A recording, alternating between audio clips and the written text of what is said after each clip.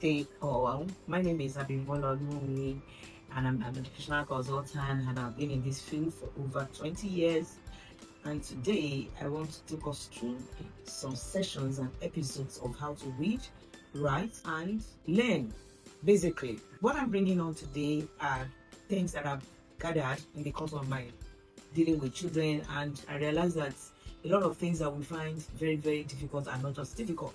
And one of those things is formation of numbers and letters.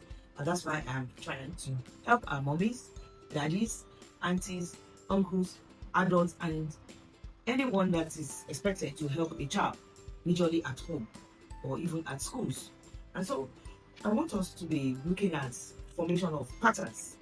Why we're starting with patterns is because we need patterns to form any letter or any number whatsoever. And the startup pattern will be vertical pattern. And today we'll be using several tools to help the child, just because the children learn in diverse ways and you can't tell which one was for which child. So that's why we're bringing on so many, and especially that I know that children like something different at all times. So for my materials, I'll be using a sandpaper stencil. This is a sandpaper stencil. The sandpaper is on it. I'll be using the sand tray, or in it is a cassava flakes, just to prevent the children from putting something that is unhealthy in their mouth. Then we'll be using the color pens, which I have here. You can use any color of your choice. We'll be using the crayons. And when I'm using crayons, I always realize if I'm dealing with toddlers or babies, I like things that are chubby. So I prefer chubby crayons. I prefer chubby pencils. They are in the market, you can get them. And at the same time, I also like to make sure that when I'm starting off with the child in the formation, they are using the claws. The claws is meant to be attached to their writing materials, just so that the child learns to grip from an early stage. Correcting a child while the habit has been formed is usually found so very, very difficult. So this is the claws in the pencil. So we are using the pencils, we are using the crayons, we are using the claws. Of course, we need an eraser, and we also need a marker, a temporary marker, not permanent, just so that it can be wiped off. So let's start at last. I always like to start with the sand paper, and on this we teach the child to run the finger, just using the two fingers like this, keeping the other three, and start from the top to say, start on the dot. Here we don't have a dot, but most of the time we use a dot on their book because that's to show where the starting point is. And then the child runs the finger and says down, says down, says down. We try as much as possible to mimic the wordings. Start on the top, down, and then keep modeling what you want the child to do. Down, down. And then of course you move from there. You use the stencil, and the stencil is a groove, just to make sure that the child is not walking outside of the groove. And then the child still does the same thing down. But wouldn't it be better if I can have a paint and dip my finger in it, and then the child rolls the finger and says down? The child does this severally, down, down. And for the child, of course, you need to feel it. It's fun for the child, and you see the child smiling in the course of writing. So that's how we learn. We learn in a fun manner, just to let them giggle and at the same time learn. That's why we have what we call a giggle and learn session with you. So the child keeps doing this, and then we are formed the vertical line. Now, having done that, we're still trying to make sure that the child runs a finger or his finger several times to create that connection.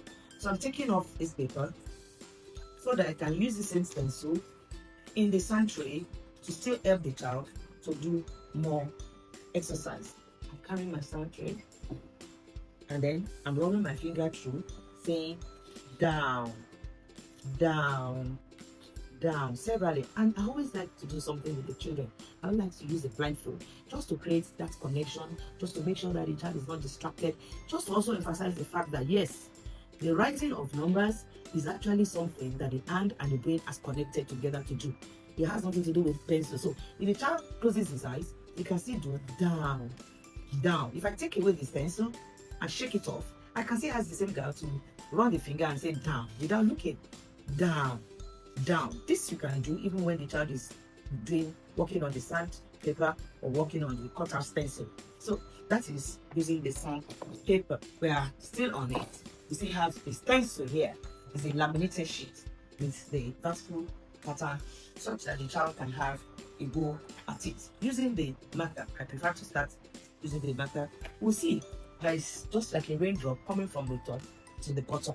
And then we have down, down. You will see that while I'm writing, I make sure that my stencil or my paper is slanting. This is the right way for a right-handed person. If it's a left-handed person, you expect the child to make the paper slanty or the book slanty in order for you to write. This is a proper way of writing. So we keep going from top. Start on the dot, down.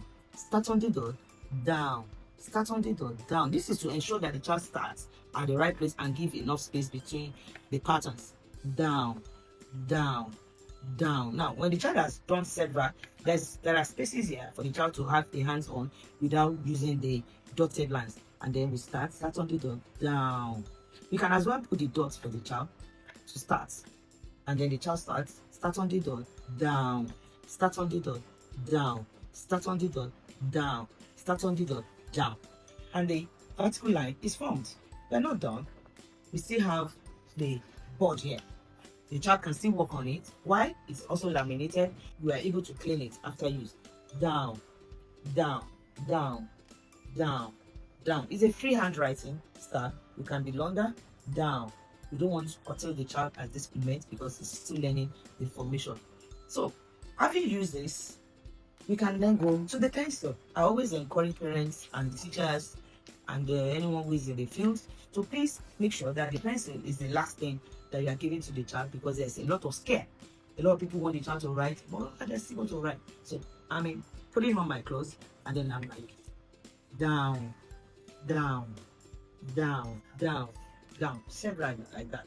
So this is the way, and this is how to form the vertical line.